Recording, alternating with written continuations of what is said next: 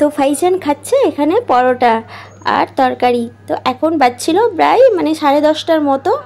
আর আমরা একটা দোকানে, জ্যোতিপুরের দোকানে ঢুকেছিলাম, কারণ সকালে খেয়েছিল না খেয়ে, বাবুও কিছু খেয়েছিল না আর বাবুর পাপাও খেয়েছিল না। তো বললো খিদা পেয়েছে কিছু খাই। তো এই দোকানটার এর আগেও পরোটাটা খেয়েছি, তো খুব সুন্দর। তো বাবু এখানে খাচ্ছিল, পরোটাটা খুব টেস্টিও। তো এখানটাই বাবুর এই যে বাটি থেকে তরকারি নিয়ে নিয়েছে আর কীভাবে এই যে মারছে। আমি বকছিলাম কি কেন ওরকম করছে, ও খেতে দিবে না। পরে কিন্তু খাবারটা খেয়েছিল না, পরোটা খেয়েছিল কিন্তু তরকারি খেতে পারেনি, ও একটু একটু করে খাচ্ছিলো আর উস করছিল। আসসালামু আলাইকুম, তোমরা সবাই কেমন আছো? আশা করি খুব ভালো আছো, সুস্থ আছো। আলহামদুলিল্লাহ আমরাও সবাই ভালো আছি। তো আমরা বেরিয়ে গেছি, এখন যাচ্ছি আমার বাবার বাড়ি, কারণ ওই পুচকিটার আছে আকিকা, মানে আমার ভাইয়ের মেয়ের আকিকা আছে, তো আমাদের ডেকেছে, তো তার জন্য আমরা বেরিয়ে গিয়েছিলাম। তো এখানে রাস্তা যাওয়ার পথে তো খাবারটাও খাওয়া হয়ে গেল আর একবারে বেরিয়েও গিয়েছিলাম। তারপরে আমরা পৌঁছে গিয়েছিলাম। তো এসেই বাবুর ড্রেস চেঞ্জ করে দিয়েছিলাম আর এখানে দিচ্ছিলাম ওকে জুস খেতে। বাবুর পাপার খাওয়া হয়ে গিয়েছিল, তো এখানে বাবু খাচ্ছিল ডিম। ও ডিম খেয়েছিল শুধু, মিষ্টিটা খেয়েছিল না। আমি বললাম খাও, তো না ও খাবে না।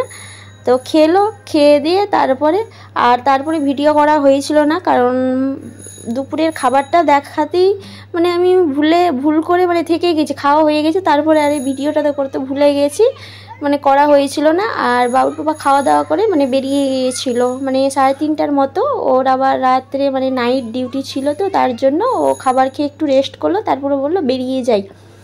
আর ফাইজান ওর বাবার পিছন পিছন চলে এসছে। আর এটা এই যে ছাগল নিয়ে, আবার এই যে ছাগলের উপরে ও শুধু চড়ে বসে থাকছে। কিভাবে আমি বকছিলাম কি ভেঙে যাবে ছাগলগুলোর, মানে হাড়গুলো ভেঙে যাবে। তো ও কিছুতেই কথা শুনছে না, চেপে বসে যাচ্ছে। ও নিয়ে যাবে বাড়ি, মানে ছাগলগুলো কিনেছে মানে আমার কাকিমার, ও দুটো মানে নিয়েছে পোষার জন্য। তো এখানটায় বাবু বলছে এটা আমার ছাগল, ওর নাকি ওটাই ছাগল। আর এখানে ওর পাপাকে মানে এগাতে এসেছিল। আর মানে ছাগলগুলো এত মানে মানে বাইক টাইক বা স্কুটি রাখা থাকলে ও এর সিটের ওপরে চেপে দেয় আর নোংরা করে দেয়। তো মুছে গুছে তারপরে কিছুক্ষণ পরে একটু পরেই চলে এসেছিলো নাইরারা।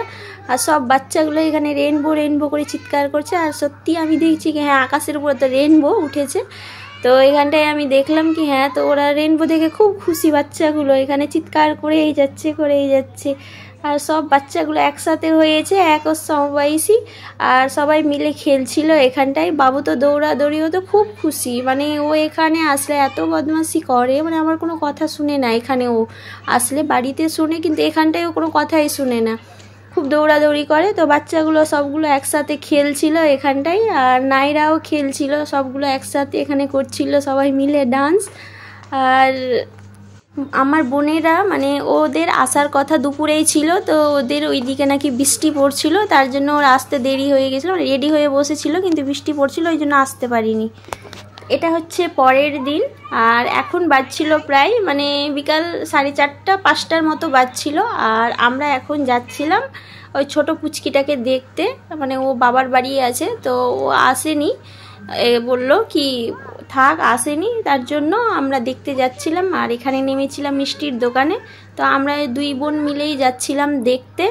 আর এখানে টোটোতে চেপে বসে গেছি। আর এই যে চকলেট খাচ্ছে দুটো বাচ্চা, মানে বাবুর তো খাওয়া হয়ে গিয়েছিল চকলেট, আর নাইরা খাচ্ছিল। আর এই যে ও মুখ বাড়িয়ে শুধু বাতাস খাচ্ছিল। আমি বারবার করে বকছিলাম কি মুখ মানে বাইরে বের করো না, তো কোনোতেই কথা শুনতে চাইছিল না। আর এখানে ছিল ব্যাগের ভিতরে মুরগিটা দেখে ভয় লাগছিল, মানে নিচের দিকে ছিল, মানে নিয়ে যাচ্ছিলাম। তো আমরা ভাবলাম মরে টরে না যাই, সেই জন্য বারবার করে আমি দেখছিলাম ঠিকঠাক আছে তো। আর বাবু এদিক থেকে ওই দিকে চলে গেল। আমি বললাম টোটোর মধ্যে ওই রকম করবে না, ওকে বারবার বলছি কথাই শুনে না। তো ওকে ধরেছিল, আমি বললাম কি ভালো করে ধরে বসে থাকো, তো ও চুপচাপ বসেছিল। তারপরে আমি বললাম চলে এসো আমার কাছে, তো আমার কাছে চলে এসেছিল। আর এখানটায় এই যে বারবার আবার চেক করছি, তারপরে মুরগিটা মুখটা নিচে হয়ে গিয়েছিল, তা ও আবার টেনে উপরের দিকে করলাম। তারপরে এই যে এখানটায় বাচ্চাগুলো তো খুব খুশি যেতে পেয়ে। ওরা তো বাবু তো সবসময় বলছে কি যাবো ছোটো পুচকি বুনুটাকে দেখতে। তারপরে চলে এসেছিলাম আমরা। আর এসেই দেখছিলাম ঘুমিয়েছিল। তো এখানে আমার বোনটা এখানে পায়ের নুপুর নিয়ে এসেছিলো, আর আমি চেন নিয়ে এসেছিলাম রুপোর জামা। তারপরে এসে ফাইজান এসেই ও এখানে ঠান্ডা খেতে লেগে গিয়েছিল, মানে দিয়েছিল ঠান্ডা খাওয়ার জন্য। আর এই যে এখানে ডিম মিষ্টি ছিল, তো বাদাম ছিল। তো এখানটায় বাবু খাচ্ছিল আর এই যে কীভাবে লাফালাফি করছে, মানে সবগুলো বাচ্চাকে নিচে বসিয়েছিল কারণ পুচকিটা ওপরে ঘুমিয়েছিল তার জন্য। আর স্ট্যান্ড ফ্যান ছেড়ে দিয়েছিল কারণ ছোট বাচ্চা তো আবার জোরে ফ্যান ছাড়তেও পারবে না তার জন্য। আর তারপরে খাওয়া দাওয়া হলো, মানে খেয়েছিল অল্প একটু, আর এমনভাবে খাচ্ছিল মনে হচ্ছে সবটাই খেয়ে নিবে, কিছুই খেয়েছিল না, অল্প একটু খেয়েছিল। আর এখানে খাচ্ছিল এই যে ভুট্টা, মানে আমার ভাবির মানে ওর মায়ের বাড়ির জমির ভুট্টা, তো ওখানে বাড়িতে রাখা ছিল, তো ফাইজান দেখে বলছে খাবো, মানে ও খেতে চাই ভুট্টা, তো খাই অল্প একটু। আর সব বাচ্চাগুলোই একসাথে এখানে খাচ্ছিল, সবাই দেখা দেখি বাচ্চাগুলোই খাই। তারপরে আমরা বলছিলাম বাড়ি চলে যাব, কিন্তু মাসি মানে যেতে দিবে না আমাদেরকে, বলছে বারবার করে কি থাকো না, আজকে থেকো, এসেছো তো, মানে বিকালে সন্ধ্যার দিকে এসেছি তার জন্য বলছিল। তো তারপরে খাওয়া দাওয়া আমাদেরকে করিয়ে দিয়েছিল আর রাতের, তারপরে আমরা বাড়ির দিকে বেরিয়ে যাচ্ছিলাম কি চলে যাব, তো বলছে না থাকো, একটু খাওয়া দাওয়া করে তারপরে একটু গল্প টল্প করলাম। আর রিফাও আমাদের সাথে যাবে, কালকে আছে একটা নিমন্ত্রণ বাড়ি আর সবাই আছে, তো খেলবে, খেলাধুলা করবে তার জন্য। তো আজকের মতো ভিডিওটা আমরা এখানে শেষ করছি। আজকের মতো টাটা, বাই বাই, আল্লাহ হাফিজ।